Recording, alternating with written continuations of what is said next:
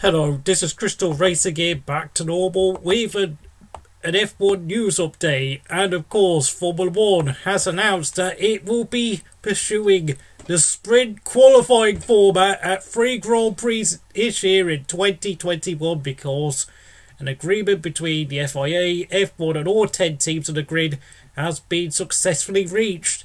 2 European venues and 1 non-European venue will host the format, with the venues due to be announced. Of course, the rumours are circulating at the moment that Monza and Silverstone look like the 2 most likely candidates to pursue the sprint qualifying race format. Of course, so the points for the sprint qualifying format will be 3 points for first place, 2 for second and 1 for third place. Of course, with the race weekends that will host this format, will have a 60-minute practice 1 session on Friday. Qualifying will now be pushed back to Friday, with Q1, Q2 and Q3 taking place on Friday, and it will set the grid for sprint qualifying. Practice 2, 60 minutes, will take place on Saturday. Then sprint qualifying, which will be a 100-kilometre race, will set the grid for Sunday's Grand Prix. And then of course Sunday's Grand Prix will be held as usual. In addition, as for the tyre allocations, 2 sets of tyres for the teams will be available for the first practice session on Friday. Normal qualifying will also take place, which usually would happen on Saturday, but will be now pushed forward to Friday. We'll have 5 soft tyre sets available only, so it looks like there'll be no tyre choices allowed for, there'll be no variation in tyre choices come the race for Saturday's sprint format. Then of course there'll be a 60-minute practice 2 session on Saturday in the morning with 1 set of tyres for the teams to choose freely. Then of course comes the 100-kilometre sprint qualifying format with 2 sets of tyres for the teams to choose freely. Now I will admit, my original beliefs about the whole sprint qualifying format, that I thought it was going to be a reverse grid format, like it's getting the sprint races in Formula 2 and Formula 3, but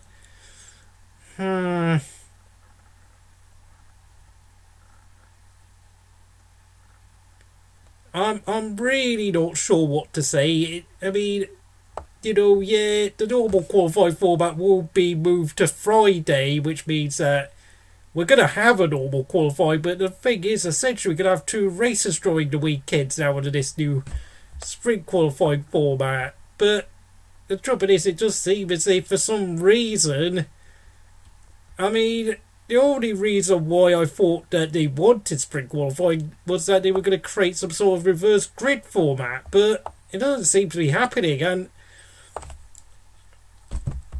I don't even know what to say, because right now I'm looking at the Formula 1 website and it just sort of looks really confusing, to be honest. I mean, there aren't going to be any reverse grid races. I'm going to have to look at Twitter to see what exactly are people trying to have said about it, but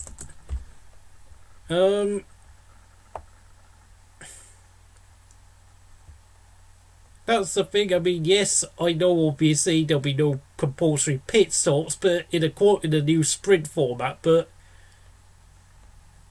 really though, it just doesn't make any sense, because the only way it would make any sense if you had the grid reversed.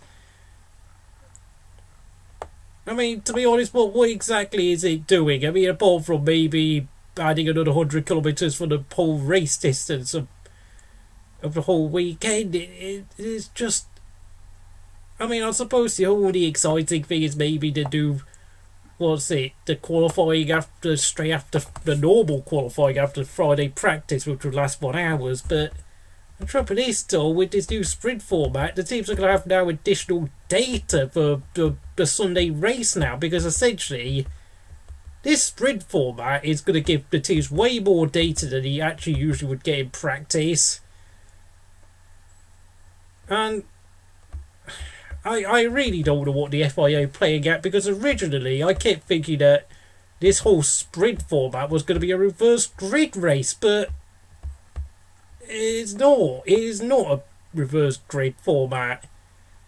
Since, I mean, frankly, but now it's not. So, I mean, essentially we've just got something completely weird. So essentially it's going to be like watching like a 33% race distance of a normal race take place on a Saturday now, but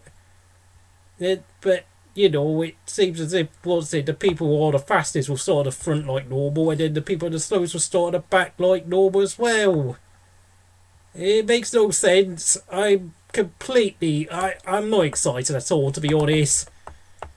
I mean, at least in the reverse grid format, I mean, at least we would have the challenge of seeing the faster cars try and come through the field, but instead it's just going to be the faster cars just driving away at the front, and frankly that's just going to be like a normal, like any other race, to be honest. So unless of course some big first lap pile-up happens, and then, you know, the slower cars come out in front, or we get some weird freak, I don't know, qualifying debacle on Friday where I don't know, loads of cars have problems, it starts raining, and we get a topsy-turvy grid, meaning that obviously then the sprint race then has a topsy-turvy grid, and then the slower cars on the front find a way of keeping hold of those positions, meaning that we get a topsy-turvy grid for the Sunday race. But as it is, it's not an actual reverse grid format. It makes no sense.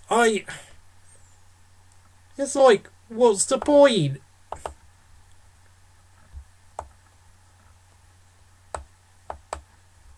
I just don't see the point, mate.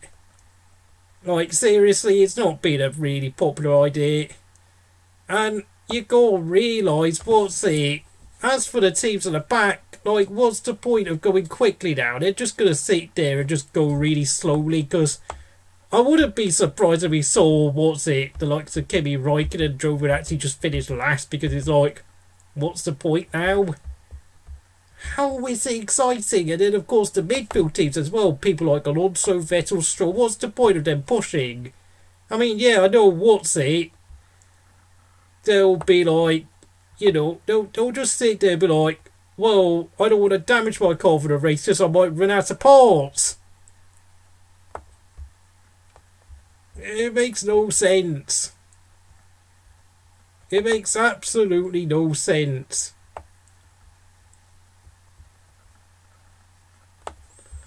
And, yeah, I'm really not interested.